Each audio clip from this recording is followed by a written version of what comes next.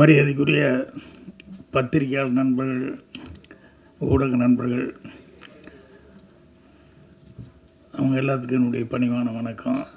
அதே மாதிரி இத்தனை பாட்டிமார்கள்லாம் வந்து நடிச்சுட்டு வந்திருக்காங்க. எவ்வளோ நேச்சுரலாக நடிக்க முடியுமோ அவ்வளோ நேச்சுரலாக. எனக்கு சில நேரங்கள் அதில் வந்து ராஜ்குமார் டைலாக் எழுதினாரா இல்லை அவங்களே சொந்தமாக பேசிட்டாங்களா அப்படிங்கிற அளவுக்கு சந்தேகம் வந்தது. அந்த அளவுக்கு ரொம்ப இயல்பாக வந்து பண்ணியிருந்தாங்க. எல்லாத்துக்கும் மேடையில் இருக்கிறவங்க எல்லாத்துக்கும், முன்னால் இருக்கிறவங்க எல்லாத்துக்கும் என்னுடைய பணிவான வணக்கத்தையும் புத்தாண்டு நல்வாழ்த்துக்களையும் முதலே சொல்லிக்கிறேன். நாளைக்கு ஒரு நாள் தான் இருக்குது, நாளன்னைக்கு. ஸோ இந்த புத்தாண்டில் திரைக்கு, தமிழ் திரைக்கு ஒரு சிறப்பான செய்தி, ஒரு சிறப்பான ஒரு இது நடந்திருக்கு அப்படின்னு சொன்னோம்னா அது வந்து இந்த ஆஹா இவங்க ஃபைண்டுன்னு சொல்லி இவங்க வந்து கிடச்சதுங்கிறது இருக்க. இதுதான் தமிழ் திரை 2025க்கு வந்து எல்லாருக்குமே ஒரு ஒரு பிரைட் ஃப்யூச்சர் தெரியுது அப்படிங்கிற லெவலுக்கு இவங்க வந்ததுங்கிறது வந்து சினிமாவை நோக்கி வரக்கூடிய இளைஞர்கள் எல்லாத்துக்குமே மிகப்பெரிய உதவியாக இருக்கும். அதனால் அவங்களுக்கு ஸ்பெஷல் தேங்க்ஸ் வந்து நான் சொல்லிக்கிறேன். ஏன்னா நான் ஆஹா டீம் அப்படின்னு சொல்லி சொன்னோடனே தமிழ் எங்கே கரெக்டாக பேசுவாங்களா இல்லையா அப்படின்ட்டு இருந்தால் கவிதா வந்து ரொம்ப பிரமாதமாக பேசினாங்க. நிறைய உதாரணங்கள் எல்லாம் வேறு சொன்னாங்க. நிறைய பூ பூத்துது அவங்க சொல்லும்போது. நான் அடிக்கடியோட மீட்டிங்கில் சொல்லுவேன், எல்லா பூவாசமும் வந்து காற்று எப்படி வீசுதோ அந்த டைரெக்ஷனில் தான் போகும். அந்த பூவாசங்கிறது ஒரே ஒரு பூவாசம் மட்டும் காற்று வீசுகிற திசைக்கும் எதிர்த்து போகும் அப்படின்னு சொல்லிட்டு சொல்லுவேன். என்னென்னா அந்த பூ ஒரு மனிதனுடைய நட்பண்பு அப்படின்னு சொல்லிட்டு சொல்லுவேன். அந்த மாதிரி இவங்க வந்து சினிமாவில் எல்லாருமே கொஞ்சம் கமர்ஷியல் மைண்டு, போட்ட காசு எடுக்கணும், ஏன்னா அவங்க அதில் தானே இருந்தாங்கணும் மறுபடியும். அதனால் எல்லாத்துக்கும் அந்த பயங்கிறது இருக்கும், அந்த பொறுப்புணர்ச்சி, அந்த டென்ஷன் எல்லாமே இருக்கும்.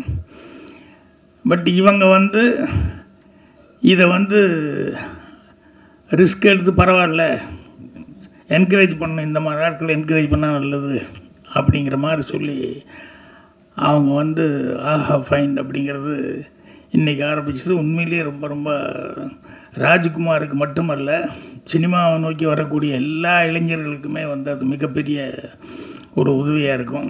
அதனால் தமிழ் திரையுலகம் சார்பாகவே நாங்கள் வந்து மனமார்ந்த நன்றியை வந்து தெரிவிச்சுக்கிறேன். தாஜ்னூர் அவருக்கு ஸ்பெஷல் தேங்க்ஸ் சொல்லிக்கணும். என்னென்னா இந்த படத்தை வந்து பார்க்கணுன்னு அவர் தான் எனக்கு ஃபோன் பண்ணி, வர்ற வரைக்கும் எனக்கு தெரியாது, ஆனால் வர்ற வழியில் தான் படத்தினுடைய பேர் என்ன இதுங்கிறது நான் அதுக்கப்புறம் தெரிஞ்சுக்கிட்டேன். அவர் இந்த படத்துக்காக அவர் வந்து எவ்வளோ ஸ்ட்ரெயின் பண்ணியிருக்கார் அப்படிங்கிறதெல்லாம் ராஜ்குமார் சார் சொன்னாப்புல. அவர் சொல்லும்போது சொன்னார், இந்த படத்தில் எனக்கு எப்படி மியூசிக் பண்ணுறது அப்படிங்கிறதே கொஞ்சம் கன்ஃபியூஷனாக இருக்குது அப்படின்னு சொல்லிட்டு. சில நேரங்கள் அப்படி வரும். எப்படின்னு விஸ்வநாதன்னே ரீரிகார்டிங் வாட்சிட்டு இருக்கும்போது திடீர்னு ஒரு இடத்துல நிறுத்திக்கிட்டார். தம்பி ஒரு சின்ன கன்ஃபியூஷனாக இருக்குது, என்ன பண்ணுறதுன்னு தெரியலையே, என்னென்ன அப்படின்னு. இல்லை, அந்த கேரக்டர் அழுதுகிட்ருக்கான், அவங்க அம்மா செத்து போச்சு, ஆனால் நீங்கள் பேசுகிற டைலாக் வந்து எல்லோரும் மியூசிஷியன்லாம் கைதட்டி ரசிக்கிறான், சிரிச்சுக்கிட்டு இருக்கான். நான் அந்த அழுகிற கேரக்டருக்கு மியூசிக் போடுறதா, சிரிக்கிற கேரக்டருக்கு மியூசிக் போடுறதா, எப்படி போடுறதுனே தெரியல எனக்கு அப்படின்னு சொல்லிட்டு அந்த நாட்டில் முக்கியமான ஒரு இடத்துல வந்து அவன் நிறுத்திட்டு கேட்டார். அப்போ நான் ரெண்டுக்கும் சேர்ந்த மாதிரியே போடுங்க, ரெண்டுக்கும் வயாமீடியாக இருக்கிற மாதிரி போடுங்க அப்படின்னு சொல்லி அந்த இடத்துல பிரமாதமாக ரீரிகார்டிங் பண்ணியிருந்தார். சில நேரங்களில் காமெடிக்கு வந்து தனியாக வாசிச்சுட்டு போயிடலாம், பேத்தாஸு, லவ் அது இதுக்கு அந்தந்த மூடுக்கு பண்ணலாம். இப்போ என் படங்களில் அதெல்லாம் மாறி மாறி வந்துடும்.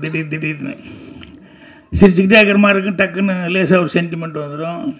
அப்புறம் சென்டிமெண்ட் சீனாக இருக்குன்னு நினச்சிட்டு இருக்கும்போது திடீர்னு வந்து காமெடி அப்படிங்கிறது வரும். ஸோ ராஜ்குமார் வந்து இந்த படத்தில் வந்து பெஸ்ட்டு சமாச்சாரமாக என்ன அப்படின்னா, அவருடைய ரியல் லைஃப்லேயே என்னென்ன பட்டாரோ அதை பூரா சீனா பண்ணிக்கிட்டாரு. அதில் அந்த பாட்டி அவங்களெல்லாம் வந்து நடிக்க வச்சதுங்கிறது இருக்க, அது ஒரு பெரிய விஷயம்.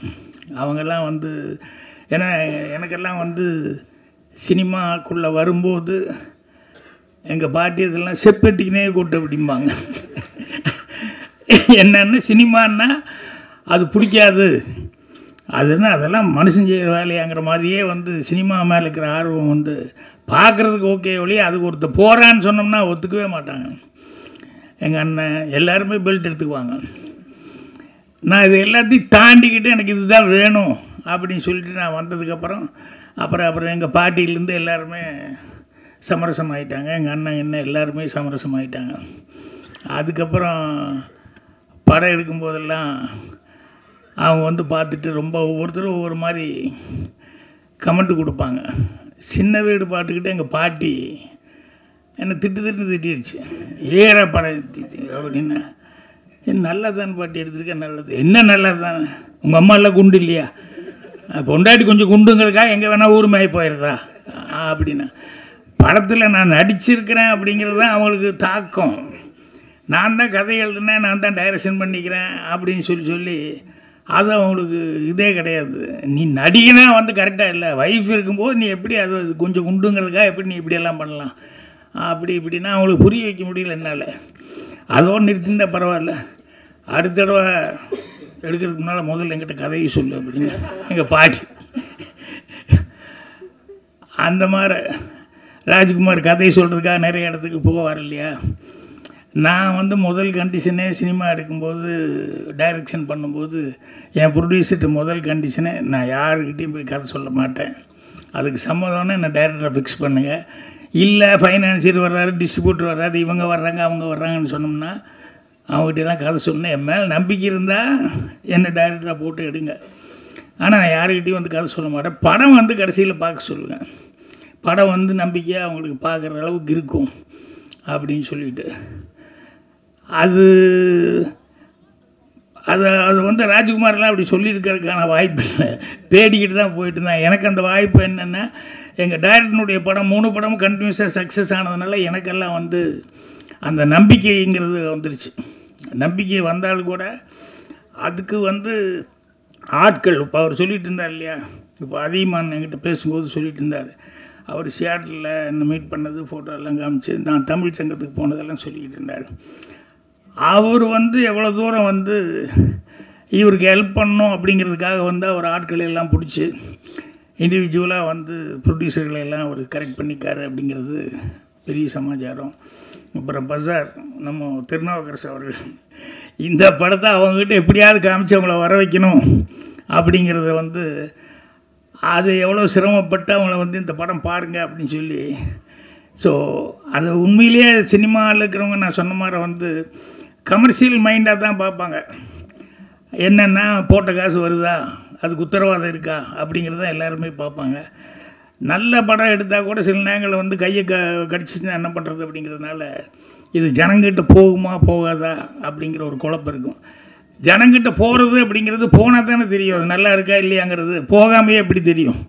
ஸோ அதனால் இது வந்து அவங்க வந்து அந்த பாட்டி இவங்கெல்லாம் வந்து நடித்தது, அந்த ரியலாக இருக்கக்கூடிய சில ப்ராப்ளங்கள் அதெல்லாம் வந்து பார்த்துக்கிட்டு அந்த கதையோடு ஒட்டி வந்து இவங்க பார்த்து இல்லையே அது நல்லதானே இருக்குது, அங்கங்கே சிரிப்பு இருக்குது, அங்கங்கே சென்டிமெண்ட் இருக்குது அப்படின்னு சொல்லிட்டு இது எல்லாமே வந்து இந்த ஆஹா டீம் வந்து பார்த்து செலக்ட் பண்ணுறதுங்கிறது இருக்குது. அதுதான் கிரேட்டு.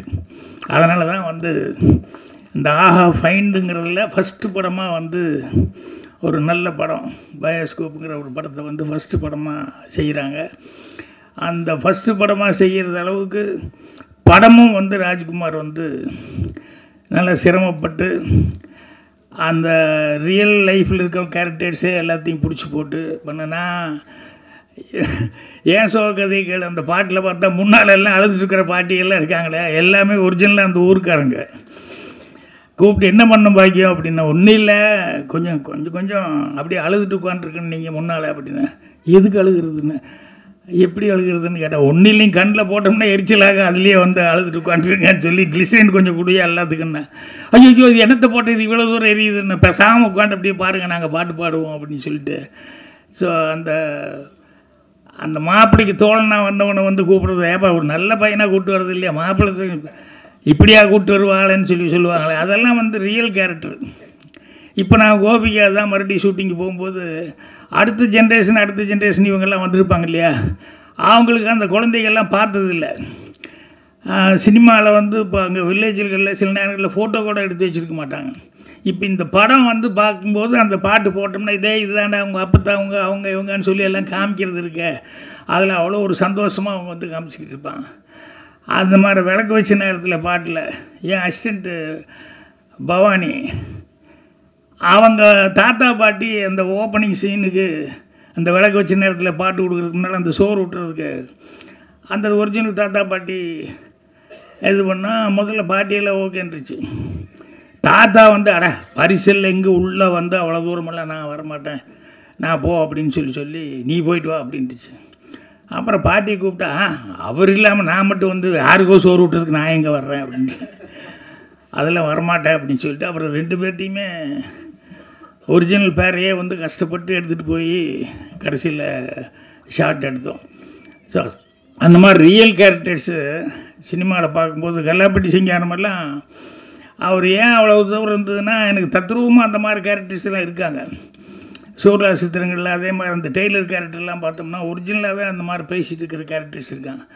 ஸோ இதெல்லாம் சினிமாவில் வைக்கும்போது கண்டிப்பாக ரசிப்பாங்க அப்படின்னு சொல்லிட்டு ஒரு நம்பிக்கையோடு நம்பிக்கிறேன். ஆனால் என்னென்னா டேஸ்ட்டு வந்து ஒவ்வொருத்தருக்கும் ஒவ்வொரு மாதிரி இருக்கும். சில பேர்த்துக்கிட்ட சில கதையை சொல்லும்போது இது என்ன சார் இது இப்படி இருக்குது அப்படி இருக்குது அப்படிமா, படமாக வந்து பார்த்தா தான் அதுக்கப்புறம் சரி அப்படின்னு சொல்லுவாங்க. ஸோ அதனால தான் நிறைய பேர் போய் கதை சொல்ல போகும்போது மாட்டிட்டு முழிக்கிறதுக்கு காரணமே என்னென்னா, அவங்க வந்து டேஸ்ட் ஒன்றா இருக்கும், இவங்க கதை சொல்ல போகிறவங்க ரொம்ப நம்பிக்கையோடு இருப்பான், இது கண்டிப்பாக ஜனங்கிட்ட போய் சேரும் அப்படின்னு நம்பிக்கையாக இருப்பான். அது சிங்க் ஆகிறது சில நேரங்களில் ஈஸியாக இருக்கும், சில நேரங்களில் கஷ்டமாகவும் போயிடும். அதனால் ராஜ்குமாரை பொறுத்த வரைக்கும் அதிகமான மாதிரி ஆட்கள், திருநாவுக்கரசு மாதிரி இவங்கெல்லாம் வந்து இருந்ததுனால இந்த ஆஹா டீம் கிடச்சிதுங்கிறது வந்து ஒரு மிகப்பெரிய ஒரு இது வந்து இவங்களுக்கு மட்டும் கிடைச்சதா இல்லை, நான் சொன்ன மாதிரி தமிழ் இண்டஸ்ட்ரிக்கே வந்து சின்ன படம் எடுக்கிறவங்க எல்லாத்துக்குமே இது வந்து மிகப்பெரிய ஒரு உதவியாக இருக்குது. ஸோ அதுக்கு வந்து ஸ்பெஷல் தேங்க்ஸ் சொல்லிக்கிறேன். ராஜ்குமார் படத்தை பற்றி நான் பெருசாக ஒன்றும் சொல்லணுங்கிறது இல்லை, ஏன்னா படமே வந்து ரியலிஸ்டிக்காக இருக்குது, எல்லோரும் அங்கங்கே சிரிச்சுக்கிட்டு இருக்காங்க, பாட்டி கீட்டி எல்லாமே அவங்கவுங்க நடிக்கும்போது ஜனங்க ப்ரெஸ் ரியாக்ஷனே அந்த அளவுக்கு இருந்தது. ஸோ அதனால் நீங்கள் ஒரு இடம் மட்டும் நான் கொஞ்சம் ஃபீல் பண்ணிக்கிட்டேன், என்னென்னா இந்த ஜோசியத்தை பற்றி சொன்னீங்க இல்லையா, அது எல்லாருமே அப்படி தப்பான ஆட்கள் இல்லை. அதை வந்து நீங்கள் அந்த அந்த ப்ரொஃபஷனே அப்படின்னு சொல்லி எங்கேயா ஒரு இடத்துல பாயிண்ட் பண்ணியிருக்கலாம். ஏன்னா எல்லாத்தையும் நல்லது கெட்டதுங்கிறது இருக்குது. இப்போ இதெல்லாம் சாமி மாற கடைசி வரைக்கும் சர்ச்சைக்குரிய பிரச்சனை தான், ஜோசியங்கிறது சர்ச்சைக்குரிய பிரச்சனை தான். ஆனால் எனக்கு தெரிஞ்சு ஜோசியத்தில் வந்து அந்த கணக்கு மேத்ஸ் அப்படிங்கிறத வச்சுக்கிட்டு சில பேர் சொல்லுவாங்க. அந்த மேத்ஸ்ன்னு சொன்னது இவங்க எப்படி சொன்னாங்க அப்படின்னு சொன்னோம்னா எனக்கு ரொம்ப ஆச்சரியமாக இருக்கும். நான் இப்போ 4 நாளைக்கு முன்னால் கூட சொல்லிகிட்டு இருந்தேன். முரளி வீட்டில் வந்து என்னோடய அசிஸ்டண்ட்டு தான் தமிழ் சிற்பி, அவர் வந்து கட்டமெல்லாம் பார்த்து அதெல்லாம் சொல்லுவார். முரளி வீட்டுக்கு போனப்போ முரளிக்கு அவங்க பையனுக்கு யாருக்கோ பாருங்கள் அப்படின்னு சொல்லி ஜாதகமெல்லாம் எடுத்து நிட்டினப்போ இவர் அப்படியே பார்த்துக்காரு. அவங்க என்னென்னா அந்த பொண்ணுக்கு சுத்தமாக படிப்பே வராது, இது தேராது, எப்படி கல்யாணம் முடிச்சுட்டா விட்டுற போகிறோம் அப்படிங்கிற லெவலில் அவங்க நினச்சிருந்தாங்க. இவர் போய் இவங்களுக்கெல்லாம் பார்த்துக்கும்போது இது பொண்ணு ஜாதகமாக, ஆமாம் இந்த பொண்ணு டாக்டர் ஆகுங்க அப்படின்னு. இது 8ஆம் கிளாஸ் 10ஆம் கிளாஸ் தேர்றதே ரொம்ப கஷ்டம், விளையாடுறீங்களா நீங்கள் அப்படின்னு சொல்லிட்டு யாருமே வீட்டில் நம்பலையா. அவர் வந்து டாக்டர் ஆகுன்னு சொன்னார். உண்மையிலே அந்த பொண்ணு டாக்டர் ஆகிடுச்சு. அதுக்கப்புறம் என்னன்னா எப்படி சிற்பி இப்படி சொல்கிறீங்க அப்படின்னா, சார் இது ஒரு கணக்கு தான் சார், அதனால் வந்து சில விஷயங்கள் வந்து கரெக்டாக ஒர்க் அவுட் ஆகுது. நான் ஒரு 2000-3000 ஜாதகம் பார்த்துக்கிட்டு அதுக்கப்புறம் சொன்னேன். ஆனால் எல்லோரும் அந்த மாதிரி கெட்டிக்காரத்தனமாக இருப்பாங்கன்னு சொல்ல முடியாது. இதை வச்சு பொழப்பு நடத்திட்டு இருக்கவங்க நிறைய பேர் இருக்காங்க. நீங்கள் சொல்லும்போது அந்த மாதிரி ஆட்களை மட்டும்தான் நம்ம மென்ஷன் பண்ண மாதிரி இருக்கணும். ஏன்னா அதில் வேறு மாதிரி இருக்கிறவங்கெல்லாம் இருக்காங்க இல்லையா. ஸோ ஆனாலும் படத்தில் வந்து அந்த மெசேஜுங்கிறது வந்து கடைசியில் அந்த குழந்தைகள்லாம் பேசுகிற மெசேஜ் இருக்க, அது வந்து ரொம்ப கன்வின்சிங்கான மெசேஜாக இருந்தது.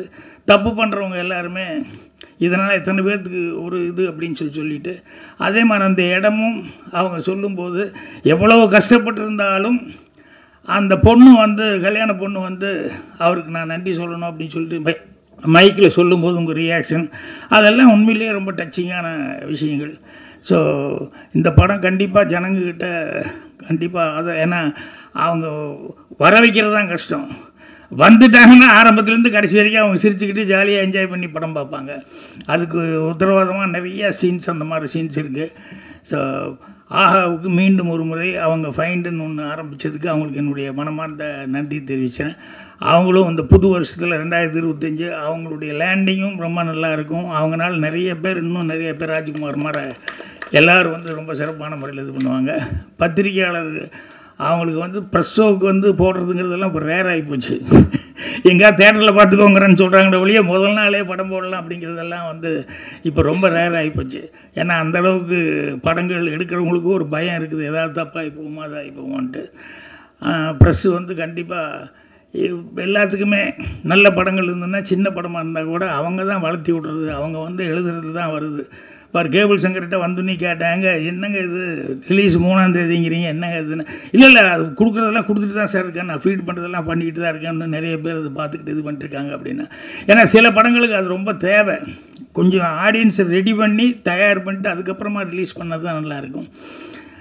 அதனால் தேட்டருக்கு வர வைக்கிறதுக்கு அதுக்குண்டான வேலைகள் இன்னும் 2-3 நாள் இருக்குது. அதனால் கரெக்டாக இன்னும் ஏதாவது ஒன்று பண்ணிக்கிண்ணி பண்ணணும். என்ன நிக்கில் ஏதாவது பண்ணிகிட்ருக்க? நீ ஏதாவது ஒன்று பண்ணிக்கிட்டு தான் இருப்ப. நிக்கில் மாதிரி சுறுசுறுப்பான ஆட்கள்லாம் பக்கப்பலமாக இருந்துக்கிட்டு இருக்காங்க. எனக்கு இங்கே வர்ற வரைக்கும் நிக்கில் வர்றது எனக்கு நிக்கில் தான் பிஆர்ஓ இது தெரியாது எனக்கு. அவர் தாஜ்னூர் கூப்பிட்டாருன்னு சொல்லிட்டு அதுக்கு மட்டும் நான் வந்துட்டேன்.